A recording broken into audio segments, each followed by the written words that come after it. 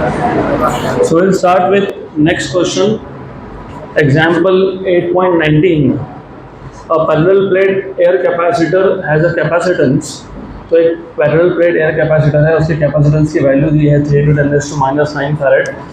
A slab of dielectric constant 3 and thickness 3 centimeter completely important word, completely fills the space between the plates. The potential difference between the plates is maintained constant at 400 volt. मतलब जब air था तब भी दोनों plates में potential difference was 400 volts, and after you introduce the dielectric, even after that the potential difference is 400 volts. What is the change in the energy of capacitor if the slab is removed? तो अगर slab को निकाल लिया तो what is the change in the energy of capacitor if the slab is removed? तो बताओ formula बताओ, how will you find it out?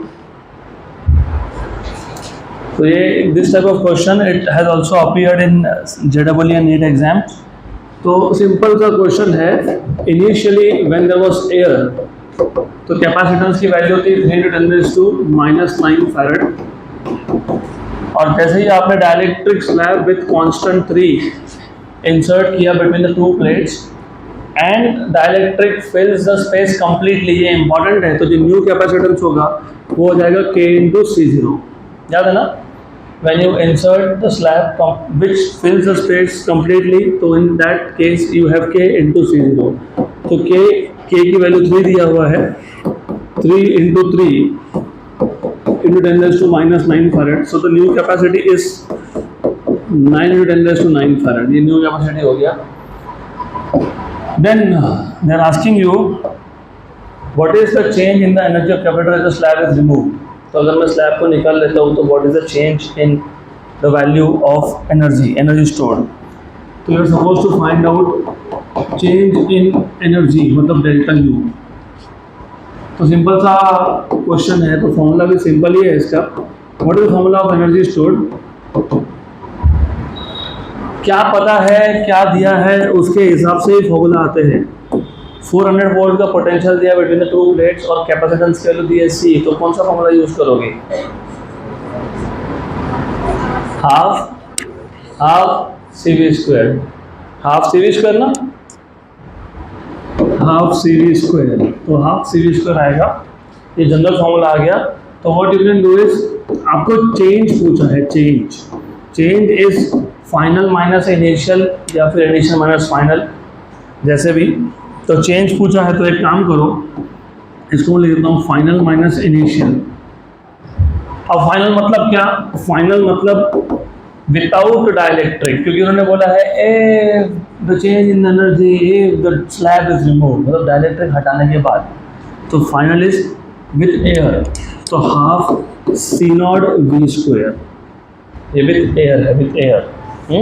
और इनिशियल था half CV² with dielectric slab, because slab is removed, तो finally there is air, और पहले क्या था?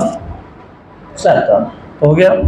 तो इन दोनों को तुम जस्ट सब्ट्रैक्ट कर लो, तो you have the formula ready already. तो इसमें U final minus U initial, what is U final? Half C0 V² minus initial is half CV², half common. चलो C0 V² माइनस, वैसे तो वैल्यू मैंने निकाल के रखी है, लेकिन ठीक है, आई डोंट केयर, क्योंकि मैं सीधा K C0 लिख देता हूँ इसको, और भी इजी हो जाएगा कैलकुलेशन. इजी हो गया ना, half C0 V² 1 minus K. Good. C0 की वैल्यू कितनी है? 3 × 10⁻⁹. 400 का स्क्वायर 16 × 10⁴, 400 का स्क्वायर. 1 माइनस डाइलेक्ट्रिक कांस्टेंट कितना है? 3. -2 और ये 2 कैंसिल, तो माइनस आ जाएगा. 16 3 कितना? 48 × 10⁻⁵ जूल. तो अगर आप देखोगे इसको माइक्रो जूल में लिख सकते हो, लिखना हो तो, if you want to write down, but ठीक है, that's the change in energy. तो आंसर भी आना चाहिए. नेगेटिव साइन मतलब एनर्जी कम हो गया, और होना भी चाहिए था. क्यों कम होना चाहिए था? वाई? क्योंकि स्लैब के साथ कैपेसिटेंस की वैल्यू ज़्यादा होती है, तो स्लैब के साथ एनर्जी ज़्यादा स्टोर होता है, और विदाउट स्लैब कैपेसिटेंस की वैल्यू कम हो गई तो एनर्जी स्टोर इज लेस. तो तुमने स्लैब निकाल दिया तो एनर्जी कम होगा ना. तो बराबर है, that's what you will get. Next question,